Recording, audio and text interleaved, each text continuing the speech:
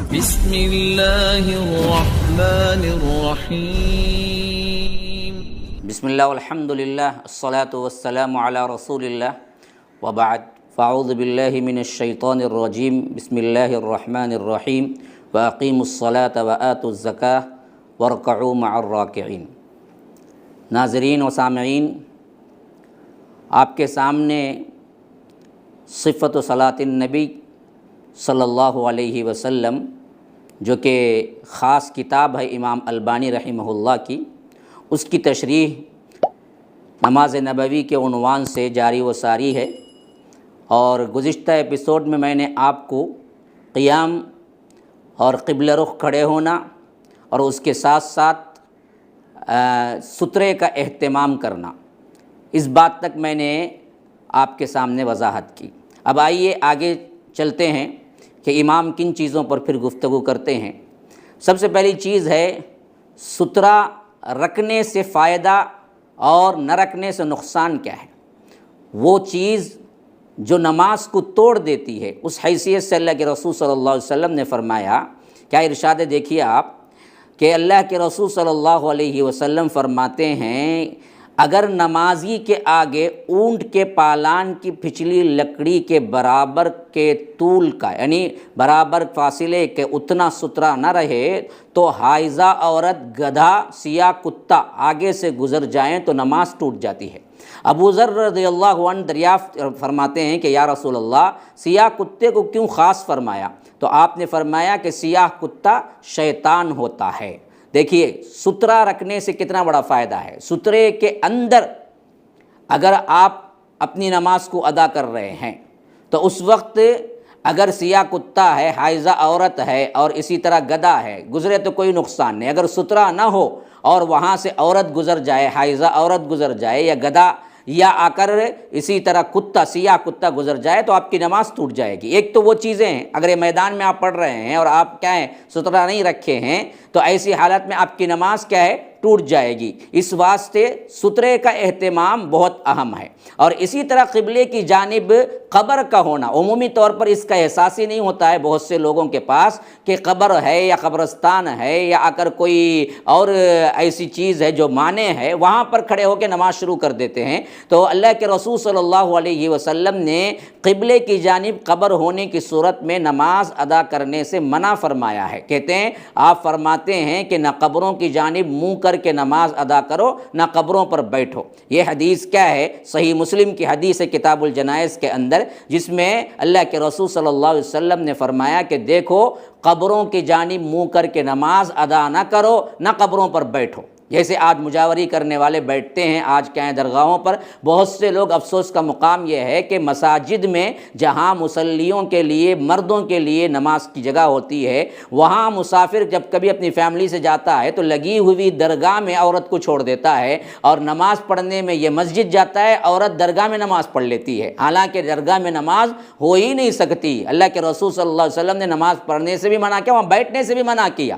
ایسے قبروں پہ جا کے بہت سے لوگ نماز ادا کر لیتے ہیں، تو یاد رکھیے نماز نہیں ہوتی ہے۔ اسی طرح اللہ کے رسول صلی اللہ علیہ وسلم نے فرمایا کہ اب آئیے نیت کا بیان شروع ہو رہا ہے۔ کہتے ہیں کہ اعمال کا صحیح ہونا نیت پر موقوف ہے، ہر آدمی کو اس کی نیت کے برابر اسے اجر ملے گا۔ تو نیت کا معنی امام نووی فرماتے ہیں کہ قصد کرنا، ارادہ کرنا۔ نماز ادا کرنے والا اپنے ذہن میں نماز ادا کرنے کا ارادہ کر لے، وہ مثلا ظہر کی نماز ہے یا نفل نماز ہے، یہ تصور بس کافی ہے۔ تکبیر تحریمہ کے ساتھ ذہن میں موجود ہونا کافی ہے، یعنی زبان سے نیت ادا کرنے کا کوئی تصور نہیں ہے۔ نماز کے لیے خاص کر زبان سے نیت ادا کرنے کا کوئی تصور نہیں ہے، دل میں ارادہ کرنے کا نام ہے۔ امام اسی لیے فرماتے ہیں کہ خالی اگر ذہن میں یہ بات ہے تکبیر کہتے وقت کہ میں ظہر کی نماز ادا کر رہا ہوں، میں نفل ادا کر رہا ہوں، میں فلاں نماز ادا کر رہا ہوں، بس یہ کافی ہے، میں 2 رکعت امام کے پیچھے ادا کر رہا ہوں فلاں مسجد میں، فلاں تکیے کے نیچے یا اوپر حصیر کے نیچے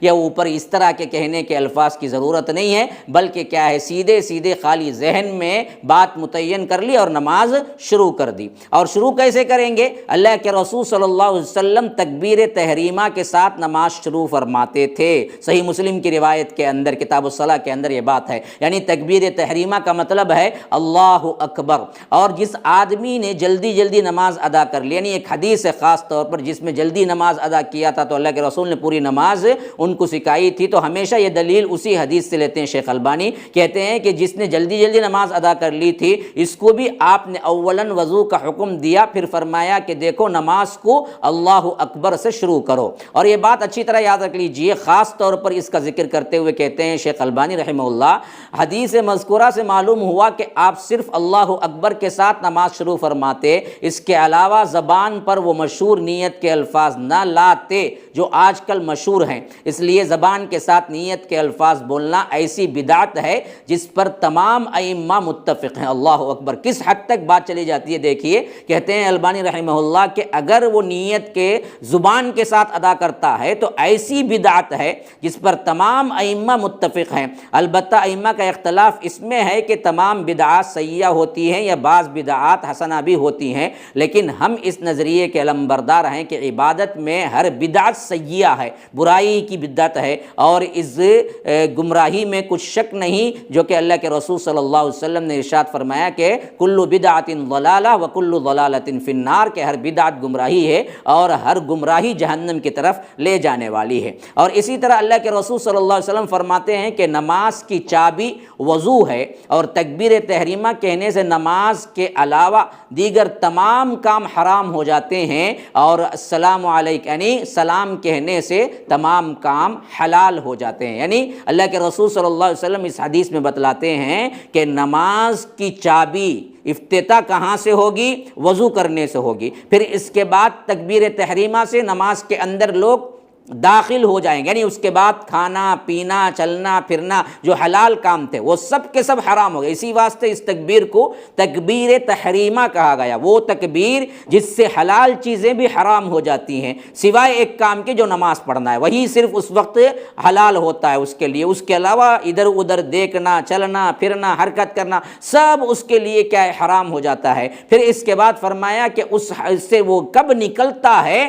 السلام علیکم ورحمۃ اللہ جب کہتا ہے تب وہ نکلتا ہے۔ تو معلوم ہوا نماز کا دروازہ بند تھا، وضو کے ساتھ ہم نے دروازہ کھولا اور تکبیر تحریمہ کہہ کر ہم نماز میں داخل ہوئے، اور سب کام کرنے حرام ہو گئے جو نماز سے پہلے حلال تھے، اور السلام علیکم ورحمۃ اللہ کہہ کر ہم نماز سے باہر آئے اور حرام کام حلال ہو گئے۔ جمہور علماء کا یہی مذہب ہے۔ رسول اکرم صلی اللہ علیہ وسلم کا معمول تھا کہ آپ تکبیر تحریمہ اونچی آواز سے کہتے تاکہ آپ صلی اللہ علیہ وسلم کی اقتداء میں نماز ادا کرنے والوں کو بھی آواز پہنچ جائے، یعنی امام جب ہو تو وہ تکبیر تحریمہ بلند آواز سے کہے گا، اور جب آپ بیمار ہو جاتے تو ابو بکر اونچی آواز کے ساتھ تکبیر کہتے تاکہ لوگوں تک اللہ کے رسول صلی اللہ علیہ وسلم کی تکبیر کی آواز پہنچ جائے۔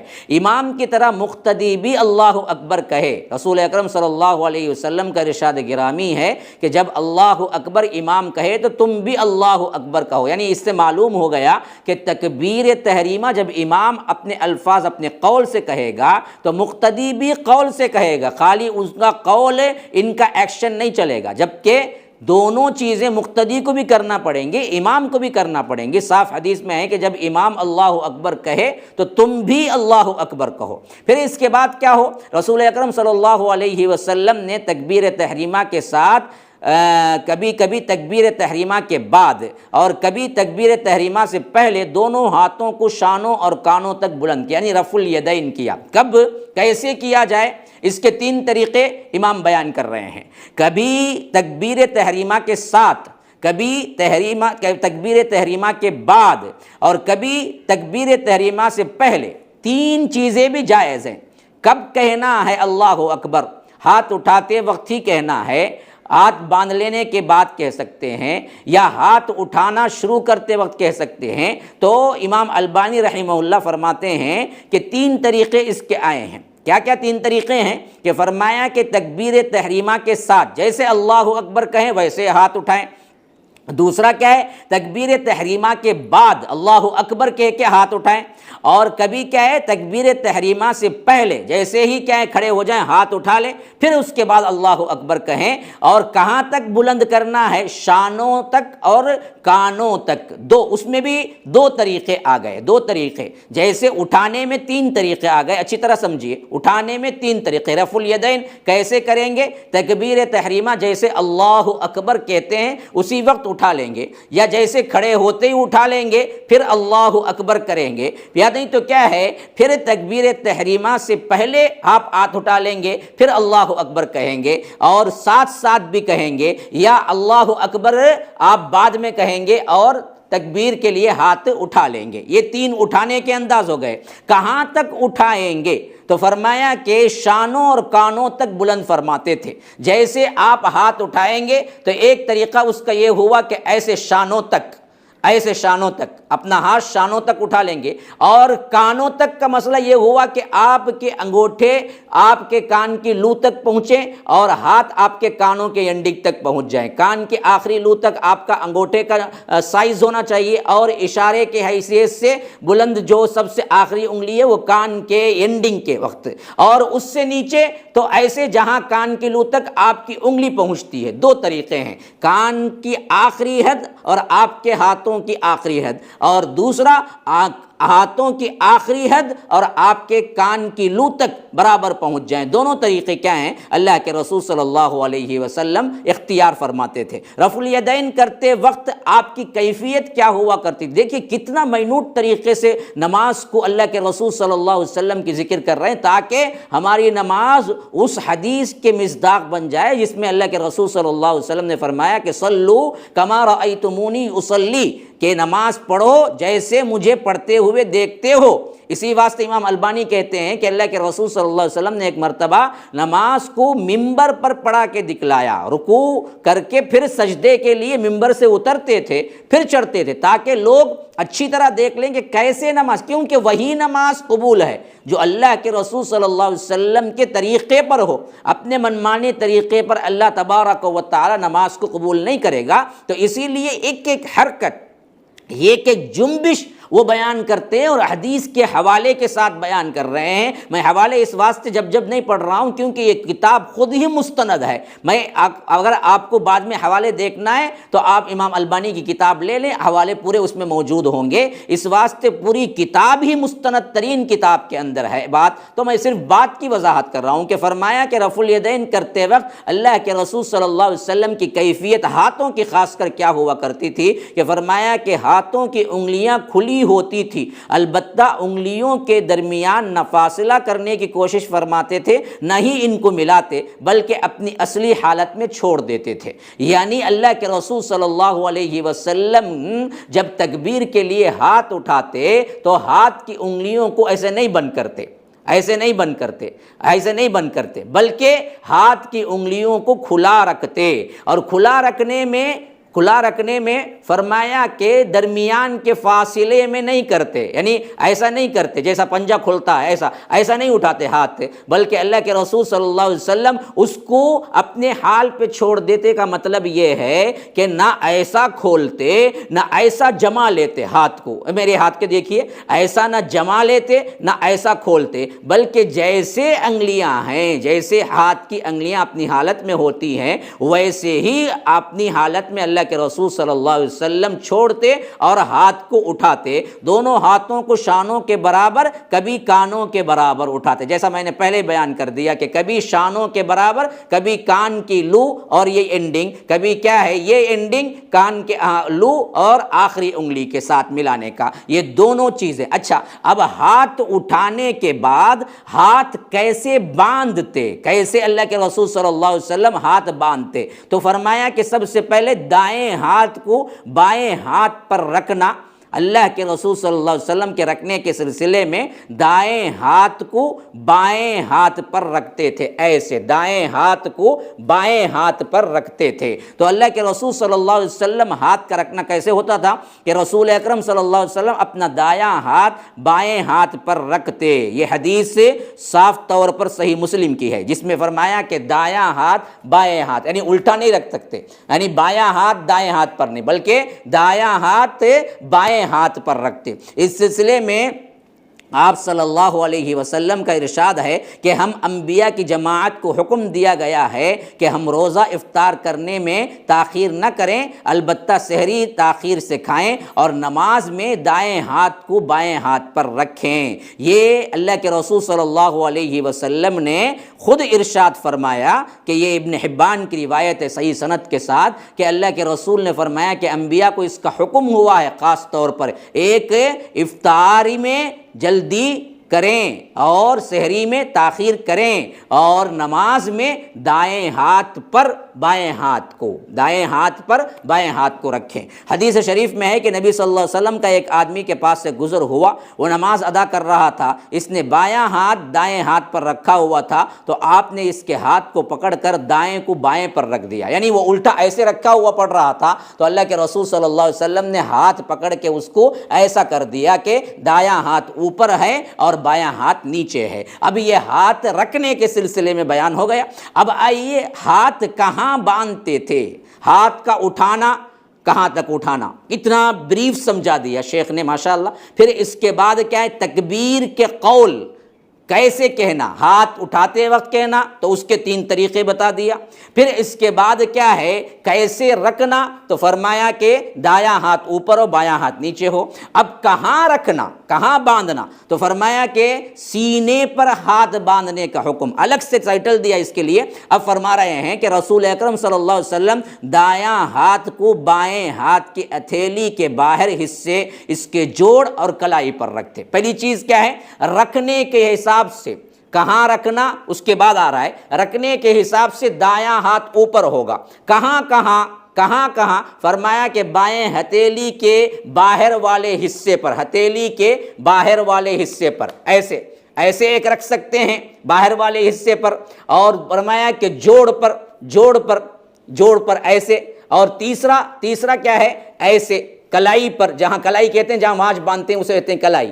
رکھنے میں 3 طریقے ہو گئے، ایک دائیں ہاتھ پر بائیں ہاتھ، بایاں نیچے ہو دایاں اوپر ہو گیا، ایک مسئلہ ختم۔ اب اس کے بعد رکھنے کے 3 طریقے ہیں، ایک کیا ہے ہاتھ آپ کا کیا ہو ہتھیلی پر ہو، اور ایک کیا ہے جوڑ پر ہو، اور ایک کیا ہے کلائی پر ہو۔ ایسا رکھنا اور ایسا رکھنا سب ثابت ہے، تینوں ثابت ہیں اللہ کے رسول صلی اللہ علیہ وسلم سے، تینوں چیزیں ثابت ہیں جو کہ موطا کے اندر اور اسی طرح کیا ہے ابو داؤد کے اندر، نسائی کے اندر اور صحیح سند کے ساتھ صحیح ابن حبان کے اندر بھی یہ تمام روایتیں آئی ہیں جو میں نے بیان کیا کہ جوڑ پر یا ہتھیلی کے باہر والے حصے پر اور کلائی پر رکھتے، اور صحابہ کرام کو بھی یہی فرماتے، اور کبھی آپ دائیں ہاتھ کے ساتھ بائیں ہاتھ کو بھی تھامتے، یعنی یوں رکھ لیتے، یوں پکڑ بھی لیتے۔ ایک ہے کہ اب تو کیا ہو گیا 4 طریقے بھی ہو سکتے ہیں، ایک تو کیا ہے ہتھیلی پر، ایک کیا ہے جوڑ پر، ایک کیا ہے کلائی پر، ایک کیا ہے کلائی کو پکڑ لینے پر، ایسے رکھنا بھی اللہ کے رسول صلی اللہ علیہ وسلم سے ثابت ہے۔ یہ دراصل کیا ہے نسائی کی کتاب کے اندر اور دارالقطنی کے اندر بھی حدیث موجود ہے۔ اور اس کے بعد یہ تمام چیزیں ہاتھ اٹھانے کے بعد، ہاتھ کو دایاں ہاتھ اوپر رکھنے کے بعد، جوڑ پر یا پکڑ لینے کے بعد کہاں رکھنا ہے، تو فرمایا کہ سینے پر ہاتھ رکھتے۔ یہ حدیث صحیح ابو داؤد کی ہے اور کتاب الصلاۃ کے اندر آئی ہے، صحیح ابن خزیمہ کے اندر بھی آئی ہے، مسند احمد کے اندر بھی آئی ہے، تاریخ اصبہان لابی الشیخ ان کے اندر بھی آئی ہے، اور اسی طرح ترمذی نے بھی اس کی ایک سند کو حسن کہا ہے، اور اسی معنی کی حدیث موطا میں بھی ہے۔ اگر غور کیا جائے تو اس طرح کی حدیث صحیح بخاری میں بھی موجود ہے۔ اس حدیث کے طرق کے بارے میں نے مفصل طور پر اپنی کتاب احکام الجنائز میں بھی لکھا، اتنے حوالے شیخ نے دیے ہیں کہ سینے پر اللہ کے رسول صلی اللہ علیہ وسلم ہاتھ باندھتے تھے۔ باندھنا کہاں ہے، سینے پر۔ اب سینے پر کیفیت اگر پہلے والی کیفیت میں آپ دیکھیں گے تو اس کی کیا کیا شکلیں بنیں گی آپ دیکھیے. ایک شکل آپ کی یہ بنے گی کہ اگر آپ کلائی کو پکڑ لیتے ہیں تو ایسے بنے گا سینے پر ہاتھ باندھنے کا. اگر آپ کیا ہے ہتھیلی کو رکھ لیتے ہیں تو آپ کی شکل ایسے بنے گی, اور آپ کیا ہے جوڑ پر رکھ لیتے ہیں تو آپ کی شکل ایسے بنے گی. یہی اللہ کے رسول صلی اللہ علیہ وسلم کے ہاتھ باندھنے کا طریقہ تھا. اور نماز میں پہلو پر ہاتھ رکھنے سے منع فرماتے تھے, یعنی یہودیوں کی ایک عبادت کے اعتبار سے وہ لوگ عبادت کے طریقے میں ایک طریقہ یہ تھا کہ ہاتھ کو ایسے رکھتے تھے, ایسے پہلو پر. تو اللہ کے رسول صلی اللہ علیہ وسلم نے فرمایا کہ نماز میں اس طرح ہاتھ رکھنے سے منع کیا کہ جو پہلو پر ہاتھ رکھتے تھے. اور صلیب کے پرستاروں کا انداز سے روکا گیا. یعنی ابھی میں نے بتایا نا کہ یہودیوں اور عیسائیوں کا یہ نماز کا ایک طریقہ تھا کہ وہ پہلو پہ ایسے ہاتھ رکھتے تھے, تو اللہ کے رسول صلی اللہ علیہ وسلم نے منع کیا کہ نماز میں تم ایسے ہاتھ مت رکھا کرو. تو کہتے ہیں کہ اس حدیث سے معلوم ہوا کہ قیام کی حالت میں دائیں ہاتھ کے ساتھ بائیں ہاتھ کو پکڑا جائے, یعنی تھاما جائے. اور اس سے پہلی حدیث میں ہاتھ رکھنے کا ذکر ہے. دونوں سنت ہیں, لیکن متاخرین حنفیہ دونوں حدیثوں پر عمل پیرا ہو کر بیک وقت دائیں کو بائیں پر رکھتے اور دائیں ہاتھ کی چھنگلیاں انگوٹھے کے ساتھ بائیں ہاتھ کی ہتھیلی کے جوڑ کو پکڑتے اور دیگر 3 انگلیوں کو بازو پر پھیلا کر رکھتے. اب کسی متاخرین کے اس قول سے دھوکہ نہیں کھانا چاہیے. یہاں وہ عام طریقہ شیخ کہتے ہیں جو کہ عموماً احناف کرتے ہیں, جو کہ ایسے باندھ کے 2 انگلیوں کو ایسے کر لیتے ہیں اور ایک انگلی کو پکڑ کے ایسے باندھ لیتے ہیں. ایسا کوئی طریقہ مذکور نہیں ہے. ایک ایسا باندھنے کا ہے, ایک جوڑ پر رکھنے کا ہے, ایک کلائی پر رکھنے کا ہے, اور اس کو پکڑ لینے کا ہے اور سینے پر رکھ لینے کا ہے. صاف طریقہ معلوم ہو گیا. پھر اس کے بعد قیام میں کہاں دیکھیں گے؟ کھڑے ہو گئے, ہاتھ اٹھا لیا, باندھ لیا. اب پھر ایکشن کی حیثیت سے تیسری چیز جو سب سے اہم ہے وہ کیا ہے؟ کہاں نگاہ رکھنا ہے. اوپر دیکھیں گے, نیچے دیکھیں گے, انگوٹھے کو دیکھیں گے, کہاں دیکھیں گے؟ تو فرمایا کہ رسول اکرم صلی اللہ علیہ وسلم جب نماز میں داخل ہوتے تو سر نیچا رکھتے, آپ کی نظر زمین پر ہوتی, اور جب آپ کعبے میں داخل ہوتے تو نماز میں آپ کی نظر سجدے کی جگہ پر رہتی, یہاں تک کہ کعبے سے نکل جاتے. تو صاف معلوم ہو گیا جو لوگ اوپر ادھر ادھر دیکھتے ہیں وہ تو کہیں بھی ذکر نہیں ہے اور وہ غلطی شمار ہوگی. اور جو بعض لوگ اپنے انگوٹھے کو دیکھو, انگلیوں کو دیکھو جو کہتے ہیں, وہ بھی غلط ہے. معلوم ہوا کہ نماز میں قیام کے دوران کہاں ہونی چاہیے نگاہ. بعض لوگ عمومی طور پر آنکھیں بند کر لینے کا اختیار کرتے ہیں, یہ بھی ذکر نہیں ہے. آنکھیں کھلا رکھنا. کہاں رکھنا؟ فرمایا نماز میں داخل ہوتے تو سر نیچے رکھتے اور آپ کی نظر زمین پر ہوتی, اور کعبے میں داخل ہو کر نماز پڑھتے تب بھی آپ کی نظر سجدے کی جگہ پر ہوتی. یہ بیہقی کی روایت ہے, حاکم نے اس کو صحیح کہا ہے. تو یہ صحیح ترین روایت ہے کہ کہاں نگاہ رکھنا قیام کے دوران, تو سجدے کی جگہ آپ کو رکھنا چاہیے. اور نماز میں کھڑے ہونے کے بعد, نظر نیچے رکھنے کے بعد سب سے اہم ترین چیز کیا ہے؟ تو کہتے ہیں امام وہ خشوع اور ترغیب ہے. فرمایا کہ خشوع کی تاکید کرتے ہوئے آپ صلی اللہ علیہ وسلم نے فرمایا مناسب نہیں ہے کہ کعبۃ اللہ میں کوئی ایسی چیز موجود ہو جو نمازی کو مشغول کرے, جس سے نمازی کے خشوع میں کمی واقع ہو. یا رب, اللہ کے رسول صلی اللہ علیہ وسلم کعبۃ اللہ میں بھی کوئی ایسی چیز نہ ہو جس سے نظر پڑ کے نمازی کی نماز میں کوئی خلل واقع ہو. اس حد تک خشوع کا معاملہ اللہ کے رسول صلی اللہ علیہ وسلم نے فرمایا. اور اسی طرح نماز کی حالت میں آسمان کی طرف نظر اٹھانے سے سخت منع فرماتے تھے. اللہ کے رسول صلی اللہ علیہ وسلم نے اس بارے میں فرمایا کہ نماز میں لوگوں کو آسمان کی جانب نظر اٹھانے سے رک جانا چاہیے یا پھر ان کی نظریں سلب ہو جائیں گی. ایک روایت میں الفاظ ہیں ان کی بینائی اچک لی جائے گی. یعنی اللہ کے رسول صلی اللہ علیہ وسلم نے فرمایا صحیح بخاری کی روایت کے اندر, جو نماز میں قیام کے دوران اوپر دیکھتا ہے یا آسمان کی طرف دیکھتا ہے کہ رک جاؤ, اگر نہ ہو تو اللہ کے عذاب میں تم اندھے ہو جاؤ گے، یا تو اللہ تمہاری بینائی کھینچ لے گا، یا نہیں تو تمہاری آنکھیں سلب کر لے گا، اوپر ہرگز بھی نہ دیکھو۔ تو اللہ کے رسول صلی اللہ علیہ وسلم نے اس طرح فرمایا۔ اور اسی طرح دوسری حدیث میں ہے کہ آپ صلی اللہ علیہ وسلم فرماتے ہیں جب تم نماز ادا کرو تو التفات نہ کیا کرو، یعنی جب نماز میں التفات نہیں کرتا تو اللہ کا چہرہ اس کے چہرے کے سامنے ہوتا ہے۔ تو یعنی اللہ کے رسول نے فرمایا نماز میں کھڑے ہو کر ادھر ادھر نہ دیکھا کرو، ادھر ادھر نہ کیا اپنے سر کو ہلایا کرو، بلکہ سیدھے سجدے کی نگاہ میں رکھو، تب اللہ تبارک و تعالی بھی تمہارے متوجہ ہوتا ہے۔ نیز آپ نے کیا التفات سے روکتے ہوئے، یعنی ادھر ادھر دیکھنے کو روکتے ہوئے فرمایا التفات کی صورت میں شیطان نمازی کو نماز سے دور کر دیتا ہے اور اس کی غفلت میں اضافہ کر دیتا ہے۔ آج بہت سے لوگ کہتے ہیں کہ نماز ہم نے کتنی رکعت پڑھی یاد نہیں ہے، بھول ہو گئی، فلاں۔ یہ زیادہ تر اس واسطے ہوتا ہے کہ جس میں خشوع نہیں ہوتی، اور وہ کب ہوتی ہے، کب غفلت زیادہ ہوتی ہے؟ تو امام کہتے ہیں کہ اس وقت جب یہ زیادہ التفات کرتا ہے۔ بعض لوگ نماز میں کھڑے تو ہو جاتے ہیں لیکن اوپر دیکھتے، نیچے دیکھتے، فین میں کتنے پتے ہیں، کتنے اسکروز ہیں، کتنے کیا ہے، سامنے دیوار میں کیا نقش و نگار ہیں، عجیب ان کی نظریں پھرتی رہتی ہیں۔ یاد رکھیے ایک طرف نظر، اور نظر بھی کہاں ہونی چاہیے؟ سجدے کے مقام پر ہونی چاہیے، اور حرکت نہیں ہونی، ملتفت نہیں ہونا ہے۔ ایک ہے نظر کا رکھنا، ایک ہے حرکت، التفات کرنا، سر ہلانا، ادھر ادھر دیکھنا، وہ بھی نہیں ہونا چاہیے۔ اگر وہ انسان زیادہ کرتا ہے تو اس سے زیادہ غفلت میں کیا ہے وہ جائے گا۔ اسی طرح ارشاد نبوی، اللہ تعالیٰ اپنے بندے پر ہمیشہ متوجہ رہتا ہے جب تک کہ بندہ نماز کی ادائیگی میں ادھر ادھر ملتفت التفات نہیں کرتا، لیکن جب اپنے چہرے کو پھیر لیتا ہے تو اللہ تعالیٰ بھی اس سے اپنا چہرہ مبارک پھیر لیتے ہیں۔ ابو داؤد، ابن خزیمہ اور ابن حبان نے اس کو صحیح کہا ہے یہ روایت میں، جس میں اللہ کے رسول صلی اللہ علیہ وسلم سمجھا رہے ہیں کہ نماز میں حرکت نہ کرنا، ادھر ادھر نہ دیکھنا، کہ فرمایا کہ جب تک وہ سیدھا رہتا ہے، ایک نظر سجدے کی نظر پہ رکھتا ہے اپنی نگاہ کو، اور بغیر حرکت کے کھڑا ہوتا ہے، ملتفت نہیں ہوتا ہے، اللہ تعالیٰ بھی اس بندے کی نماز کی ادائیگی کے وقت اس پر توجہ کرتا ہے۔ لیکن جب وہ چہرے کو ادھر ادھر پھیر لیتا ہے تو اللہ تعالیٰ بھی اپنے چہرے مبارک اس سے پھیر لیتا ہے۔ یعنی کتنی بڑی وعید سنائی جا رہی ہے۔ تو نبی صلی اللہ علیہ وسلم نے تین باتوں سے منع کیا۔ پہلی بات، نماز میں سجدہ کرتے وقت مرغ کی چونچ مارنے کی طرح سجدہ کرنے سے احتراز۔ کیا کیا منع کیا؟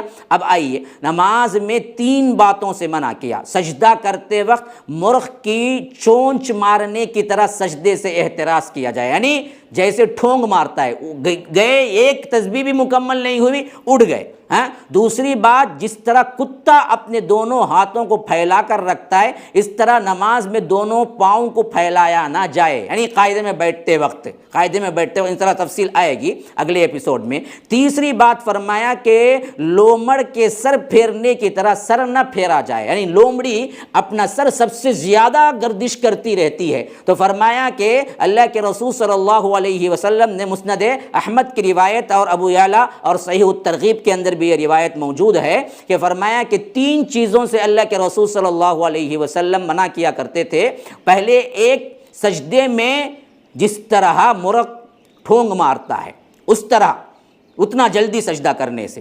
دوسرا، کتے کی طرح اپنے آپ کو پیر بچھا لینے سے، اپنے ہاتھوں کو پیر پھیلا کر رکھنے سے اللہ کے رسول نے منع کیا، یعنی سجدے کے وقت ایسے پورا بچھا لینا بلکہ ایسے اٹھانا ہے، تو یہ بھی منع کیا۔ اور تیسری بات فرمایا کہ لومڑ کے سر پھیرنے کی طرح سر نہ پھیرا جائے، یعنی ادھر ادھر ملتفت نہ ہو۔ رسول اکرم صلی اللہ علیہ وسلم فرماتے ہیں نماز کی ادائیگی اس طرح کرو جس طرح تم زندگی کی آخری نماز ادا کر رہے ہو، نیز جیسا تم اللہ کو اپنے آگے دیکھ رہے ہو۔ اگر یہ تصور قائم نہ ہو سکے تو پھر اس خیال کو اجاگر کرنے کی کوشش کرو کہ اللہ پاک آپ کو دیکھ رہا ہے۔ اللہ اکبر، یہ خشوع کی انتہائی کیفیت ہے۔ فرمایا کہ نماز اس طرح ادا کرو جس طرح تم اپنی زندگی کی آخری نماز ادا کر رہے ہو، تو کس خشوع کے ساتھ ادا کرو گے؟ یعنی مثلا سمجھیے کوئی بندے کو سولی دی جانے والی ہے اور اس کو نماز ادا کرنے کے لیے دیا گیا وقت ہے، اب اس وقت وہ نماز کے لیے کھڑا ہو رہا ہے اور اس کو معلوم ہے یہ اس کی آخری نماز ہے اور اس کے بعد اسے سولی چڑھا دیا جائے گا،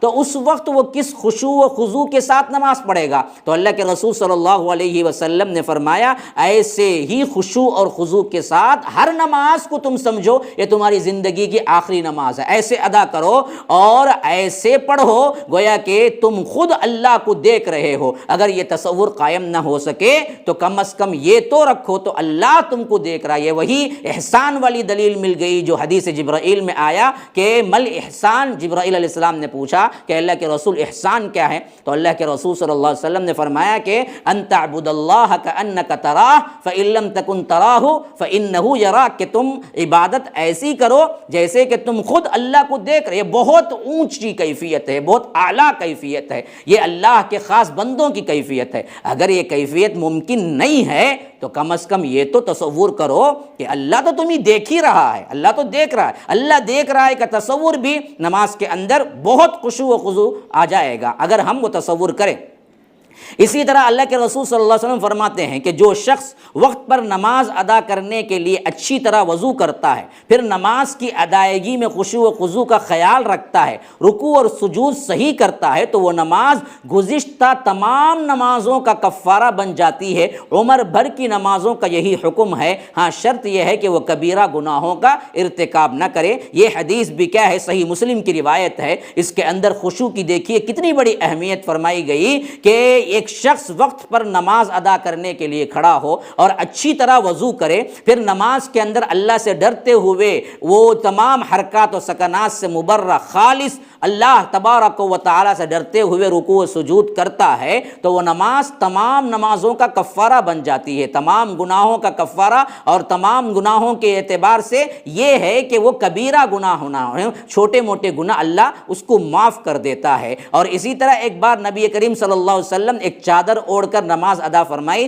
جس میں کچھ نقوش تھے، نماز میں آپ کی نظر ان پر پڑی، جب آپ نماز سے فارغ ہوئے تو آپ نے فرمایا یہ منقش چادر ابو جہم کے سپرد کر دو اور اس کی سادہ گاڑے چادر میرے لیے لاؤ، منقش چادر کو تو مجھے نوافل ادا کرنے یعنی نماز ادا کرنے سے مجھے غافل کر دیا۔ ایک روایت میں ہے کہ میری نظر نماز میں اس کے نقوش پر رہی، قریب تھا کہ میں فتنے میں مبتلا ہو جاؤں۔ یہ بھی صحیح بخاری کی روایت ہے کہ یعنی اللہ کے رسول صلی اللہ علیہ وسلم ایک ایسی چادر اوڑھ کے نماز پڑھے جس کے اندر کیا تھے؟ منقش یعنی پھول تھے یا بوٹے تھے، جو بھی تھے، لکیریں تھیں یا کچھ ایسی چیزیں تھیں، رنگ دار تھی۔ تو اللہ کے رسول نماز ختم کرتے ہی ایک صحابی کا نام لے کے کہا کہ ابو جہم کے سپرد کر دو، یہ نہیں چاہیے، بلکہ مجھے تو سادھی اور کیا ہے بالکل سادھے کپڑے والی جو سادھی چادر ہوتی ہے وہ لے کے آؤ، کیونکہ کیا ہے اس منقش چادر نے تو مجھے نماز سے غافل کر دیا۔ اور دوسری روایت میں ہے کہ میری نظر نماز میں ایسے نقوش پر رہی کہ قریب تھا کہ میں فتنے میں مبتلا ہو جاؤں، یعنی میں نماز سے غافل ہو جاؤں۔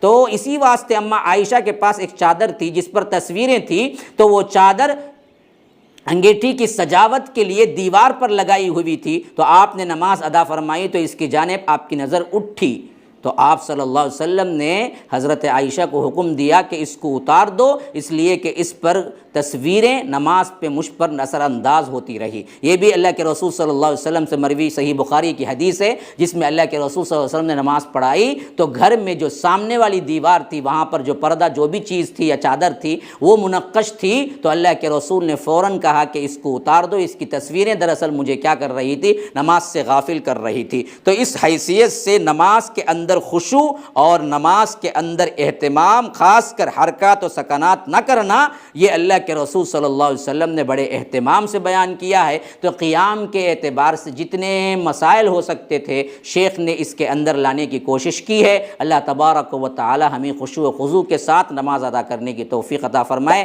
انشاءاللہ اس کے بعد تکبیر تحریمہ کے بعد کیا کیا جائے، کون سی دعائیں، صلاۃ الاستفتاح کہاں سے شروع کریں، کیسے کریں، انشاءاللہ وہ تمام چیزیں اگلے ایپیسوڈ میں آئیں گی۔ تب تک کے لیے اجازت دیجیے، والسلام علیکم ورحمۃ اللہ وبرکاتہ۔